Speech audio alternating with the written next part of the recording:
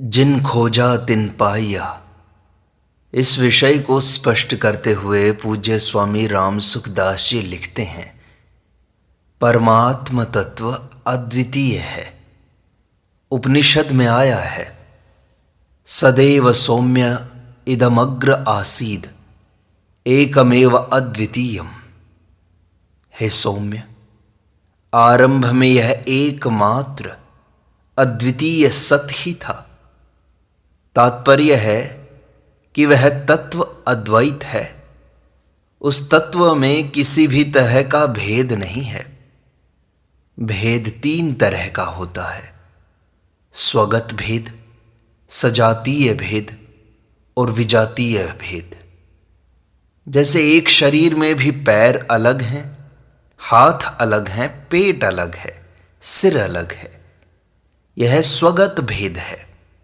वृक्ष वृक्ष में कई भेद हैं, गाय गाय में अनेक भेद हैं, यह सजातीय भेद है। वृक्ष अलग हैं और गाय भैंस भेड़ इत्यादि पशु अलग हैं, यह स्थावर और जंगम का भेद है, विजातीय भेद है। परमात्म तत्व ऐसा है कि उसमें न स्वगत भेद है, न सजातीय भेद है और न विजातीय भेद है। परमात्म तत्व में कोई अवयव नहीं है, इसलिए उसमें स्वगत भेद नहीं है।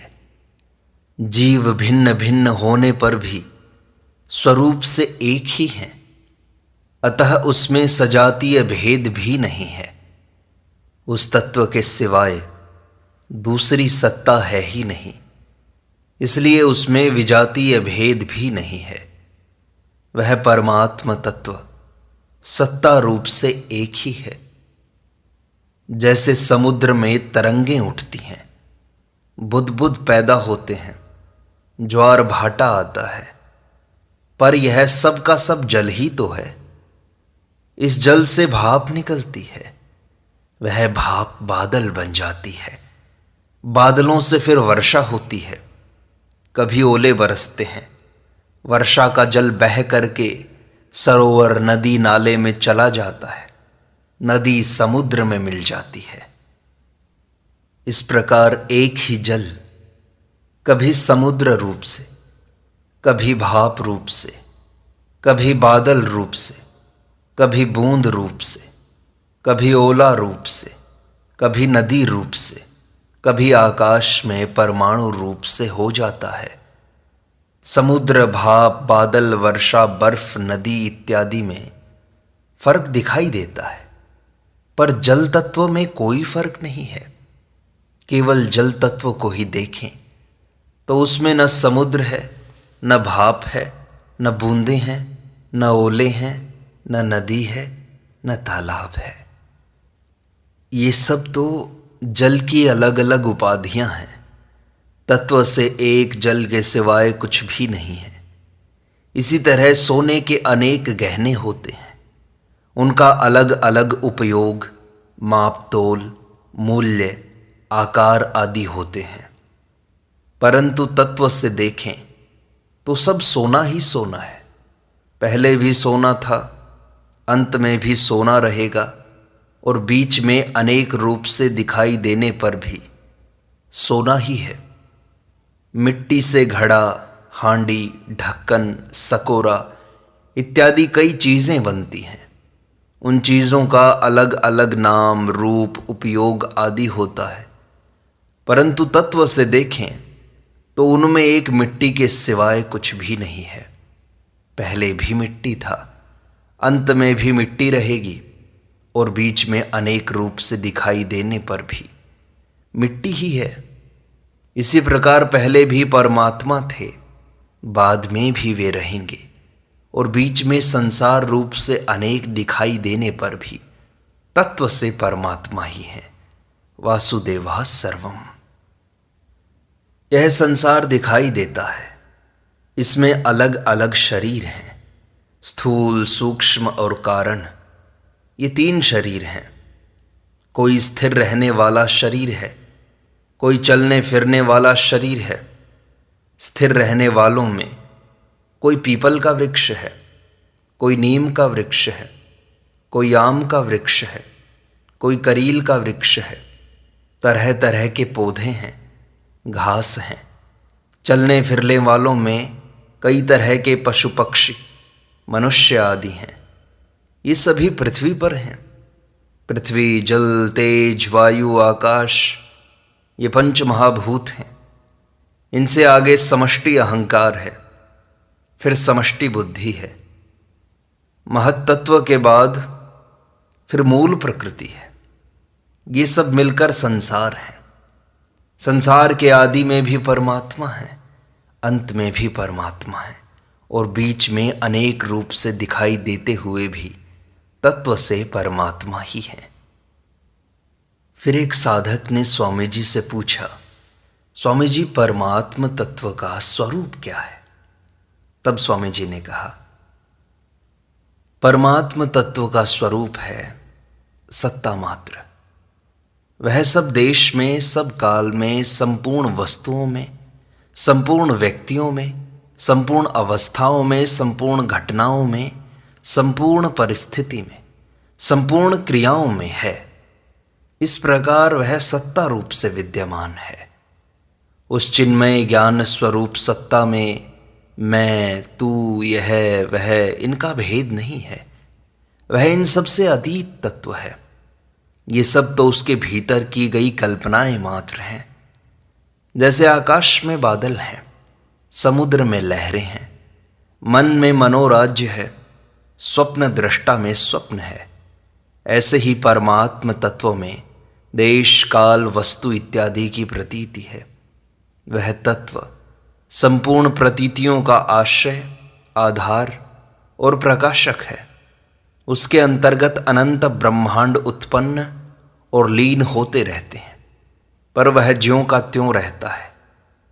जब हम प्रतीति को सत्ता देते हैं, तब यह कहते हैं कि परमात्म तत्व प्रतीति का आश्रय, आधार और प्रकाशक है। जब सर्वत्र को सत्ता देते हैं, तब यह कहते हैं कि परमात्म तत्व सर्वत्र परिपूर्ण है।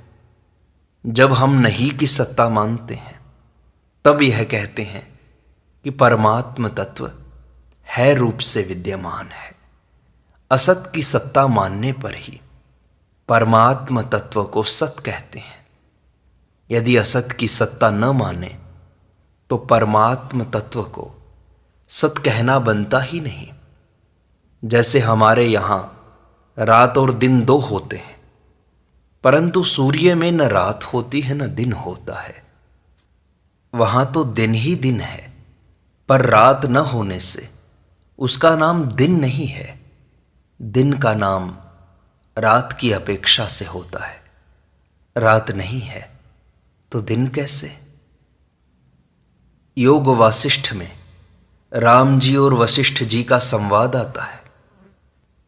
राम जी ने वशिष्ठ जी से पूछा कि महाराज, आप जिस ब्रह्म की बात कहते हैं वह ब्रह्म क्या है, कैसा है? यह सुनकर वशिष्ठ जी चुप हो गए।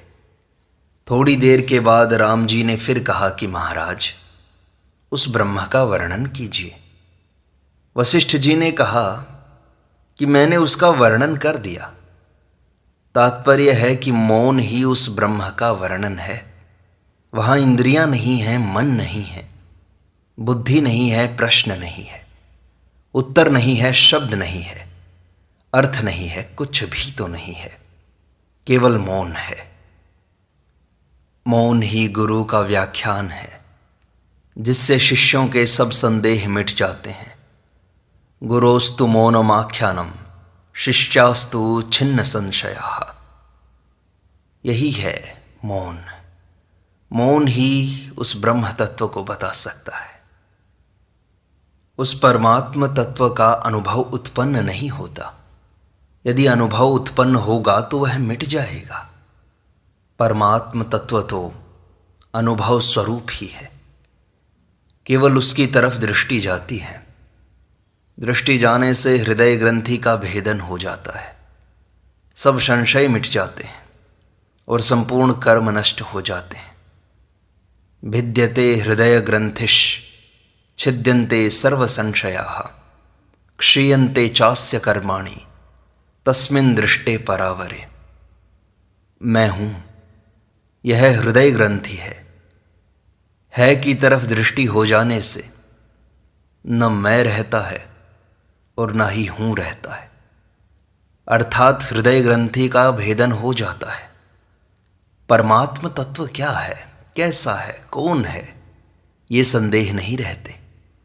संचित क्रियमाण और प्रारब्ध कर्मों का क्षय हो जाता है।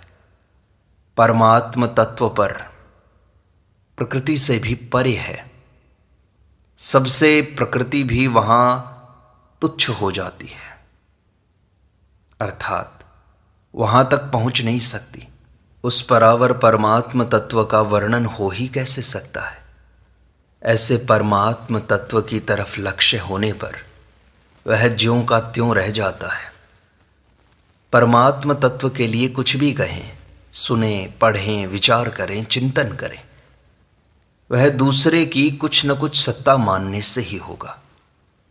वास्तव में उसका वर्णन, विचार, चिंतन, संकेत कुछ भी नहीं हो सकता। किसी देश, काल, वस्तु, व्यक्ति, अवस्था, नाम, रूप आदि की कुछ न कुछ कल्पना करके ही उसका वर्णन हो सकता है।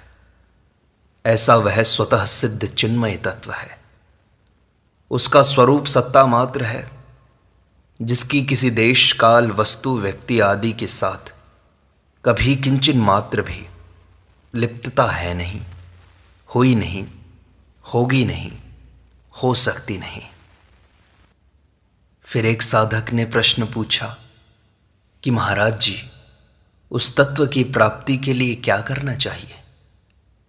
स्वामी जी ने कहा, परमात्म तत्व किसी देश, काल आदि में बंधा हुआ नहीं है।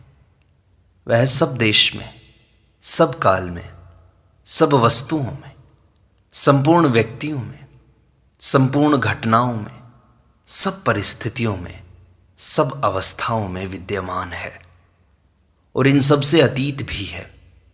जो सब में विद्यमान है वह हमारे अंदर भी विद्यमान है, और जो सब समय भी विद्यमान है वह अभी भी विद्यमान है। अगर वह हमारे में नहीं है तो उसको सब में विद्यमान नहीं कह सकते।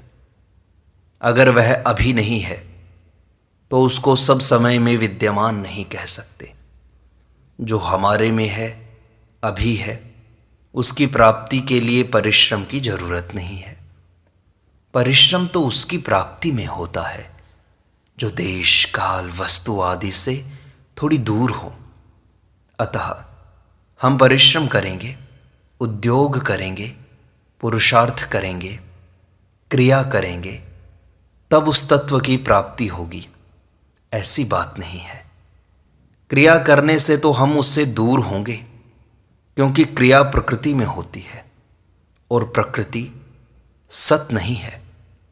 प्रकृति से तो हमारा निरंतर संबंध विच्छेद हो रहा है। कोई भी अवस्था निरंतर नहीं रहती, परंतु सत तत्व से किसी का भी संबंध विच्छेद कभी हुआ नहीं, होगा नहीं, हो सकता नहीं। फिर उसके लिए किसी परिश्रम की क्या आवश्यकता है। जो मिटता है वह असत है, जो असत है उसका हमारे से स्वतः संबंध विच्छेद है। देखो, संकल्प पहले नहीं था, बाद में पैदा हो गया और फिर मिट जाएगा।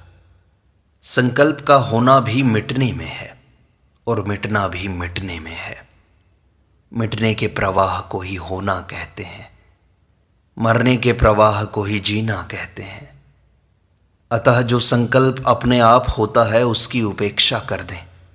उसको न अच्छा समझें, न बुरा समझें, न अपना समझें, न दूसरे का समझें। वह बना रहे, यह भावना भी न करें। वह मिट जाए, यह भावना भी न करें। यही जीवन मुक्त अवस्था है। गीता में आया है, प्रकाशम च प्रवृत्तिम च मोहम एव च पांडव न द्वेष्टि संप्रवृत्तानि न निवृत्तानि कांक्षति। हे पांडव, प्रकाश, प्रवृत्ति तथा मोह ये सभी अच्छी तरह से प्रवृत्त हो जाएं तो भी गुणातीत मनुष्य ये क्यों आ गए ऐसे इनसे द्वेष नहीं करता, और ये सभी निवृत्त हो जाएं, हट जाएं तो इनके आने की इच्छा नहीं करता। मन में कोई भाव आ गया तो वह जाएगा, यह नियम है। जो उत्पन्न हुआ है वह मरेगा, यह नियम है। जाते हुए को हम भूल से आया हुआ मान लेते हैं, वास्तव में वह आया नहीं है अपितु जा रहा है, उत्पन्न नहीं है अपितु मर रहा है। जो जा रहा है, मर रहा है, उसके लिए क्या हर्ष और क्या शोक, क्या राजी क्या नाराजी। जो जा रहा है उसकी तरफ दृष्टि न डालें। सात्विक वृत्ति आई या राजसी वृत्ति आई या तामसी वृत्ति आई, संयोग हुआ या वियोग हुआ, आया या गया, कुछ न देखें। वास्तव में न कुछ आया है, न गया है, न उत्पन्न हुआ है, न नष्ट हुआ है। प्रत्युत गुण ही गुणों में वरत रहे हैं। अपना उससे कुछ प्रयोजन नहीं, कुछ लेन देन नहीं। इस प्रकार तटस्थ रहकर चुप शांत हो जाएं तो हमारी स्थिति स्वतः तत्व में रहेगी। तत्व में स्वतः स्वाभाविक स्थिति का नाम ही जीवन मुक्ति है, कल्याण है, उद्धार है। अब परमात्मा प्राप्ति के साधन बतलाते हैं। परमात्मा तत्व की प्राप्ति के दो साधन हैं, पहला क्रिया प्रधान और दूसरा विवेक प्रधान। क्रिया प्रधान साधन में अभ्यास की मुख्यता होती है और विवेक प्रधान साधन में विवेचन की मुख्यता होती है। इन दोनों में किसी भी साधन को करें, अंत में विवेक की मुख्यता से ही परमात्म तत्व की प्राप्ति होगी। कारण कि क्रिया का तो आदि और अंत होता है, पर विवेक का आदि और अंत नहीं होता। अतः परिणाम में क्रिया का तो अंत हो जाता है और विवेक तत्वबोध में परिणत हो जाता है। विवेक का स्वरूप है गहरा विचार करना कि तत्व क्या है। विचार करने से जो अतत्व है उसकी निवृत्ति हो जाती है। अतत्व की निवृत्ति होने पर तत्व ज्यों का त्यों शेष रह जाता है, अनुभव में आ जाता है। अतः विवेचन परमात्म तत्व की प्राप्ति का मुख्य साधन है। शंकराचार्य जी महाराज कहते हैं, को दीर्घ रोगो भव एव साधो किम औषधम तस्य विचार एव। दीर्घ रोग क्या है हे साधो? संसार में आना ही दीर्घ रोग है। उसकी दवा क्या है? विचार ही उसकी दवा है। कारण कि अविचार से ही बंधन हुआ है। विचार दो तरह का होता है, एक विचार करना होता है और एक विचार उदय होता है। जो विचार किया जाता है उसमें तो क्रिया है, परंतु जो विचार उदय होता है उसमें क्रिया नहीं है। विचार करने में तो बुद्धि की प्रधानता रहती है, पर विचार उदय होने पर बुद्धि से संबंध विच्छेद हो जाता है। अतः तत्वबोध विचार करने से नहीं होता, अपितु विचार उदय होने से होता है।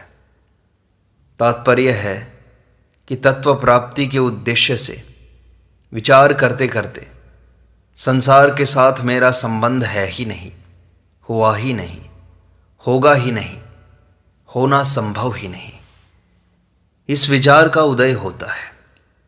विचार का उदय होते ही विवेक बोध में परिणत हो जाता है, अर्थात असत से संबंध विच्छेद हो जाता है, और संबंध विच्छेद होते ही तत्वबोध हो जाता है। विचार का उदय होने को ही गीता ने स्मृतिर्लब्धा कहा है। जीव सत्य संकल्प परमात्मा का अंश है। अतः जब यह अपने में अज्ञान को स्वीकार कर लेता है, तब अज्ञान की सत्ता न होने पर भी सत्ता दिखाई देने लग जाती है। इसलिए अज्ञान का नाश एक ही बार होता है और सदा के लिए हो जाता है। कारण कि जब अज्ञान की सत्ता ही नहीं है तो फिर पुनः अज्ञान होगा कैसे। अतः नित्य निवृत्त अज्ञान की ही निवृत्ति होती है और नित्य प्राप्त तत्व की ही प्राप्ति होती है। अभ्यास से अप्राप्त की प्राप्ति होती है और विवेचन से नित्य प्राप्त की प्राप्ति होती है। अतः अभ्यास सांसारिक वस्तु की प्राप्ति में काम आता है और विवेचन परमात्म तत्व की खोज में काम आता है। यद्यपि विवेचन के बिना अभ्यास नहीं होता, तथापि केवल विवेचन से सांसारिक वस्तु की प्राप्ति नहीं होती। जैसे तबला बजाना सीखते हैं तो पहले उसका विवेचन करते हैं, बोल सीखते हैं, फिर उसका अभ्यास करते हैं। केवल विवेचन करने से मनुष्य बोल तो सीख जाता है पर तबला नहीं बजा सकता, परंतु केवल विवेचन करने से मनुष्य परमात्म तत्व को प्राप्त कर सकता है। अभ्यास से नींद आती है और विवेचन से नींद उड़ जाती है। कारण कि जितना अधिक अभ्यास करते हैं उतनी ही थकावट आती है और विवेचन में जितना गहरा उतरते हैं उतनी ही थकावट दूर होती है तथा बुद्धि में स्वच्छता आती है। अभ्यास से एक नई अवस्था का निर्माण होता है और विवेचन से अवस्थातीत तत्व का अनुभव होता है। परमात्म तत्व नित्य प्राप्त है, अतः उसकी खोज होती है, निर्माण नहीं होता। परमात्म तत्व की खोज के लिए जब साधक विवेचन करता है तब उसका विवेक विकसित होकर तत्वबोध में परिणत हो जाता है। परंतु जब वह केवल सीखने के लिए विवेचन करता है तब वह अत्यधिक मोह में आबद्ध हो जाता है। कारण कि सीखना बुद्धि का संग्रह है। यह सिद्धांत है कि संग्रह संग्रही को दबाता है, उसकी फजीती करता है, और त्याग त्यागी को स्वतंत्र बनाता है, उसकी इज्जत बढ़ाता है। जैसे धन का संग्रह करने वाला धन के कारण अपने को बड़ा मानता है तो वास्तव में धन ही बड़ा हुआ, वह खुद तो छोटा ही हुआ। वह अपने को धन का मालिक मानता है पर वास्तव में उसका गुलाम हो जाता है, तो यह उसकी फजीती ही हुई। तात्पर्य है कि संग्रह में जड़ की मुख्यता होती है और त्याग में चेतन की मुख्यता होती है। अतः संग्रह करने से स्वयं दब जाता है तथा जड़ता आ जाती है, और अनुभव से संग्रह दब जाता है तथा चेतनता आ जाती है। संग्रह कितना ही क्यों न हो, सीमित ही होता है, पर त्याग सदा असीम होता है। सीमित वस्तु से सीमित संसार की प्राप्ति होती है और असीम वस्तु से असीम परमात्म तत्व की प्राप्ति होती है। अतः साधक को परमात्म तत्व की खोज के लिए विवेचन करना चाहिए, बुद्धि के संग्रह के लिए, अर्थात सीखने के लिए नहीं। इसलिए संतों ने कहा है, जिन खोजा तिन पाइया गहरे पानी पैठ, मैं बोरी डूबन डरी रही किनारे बैठ।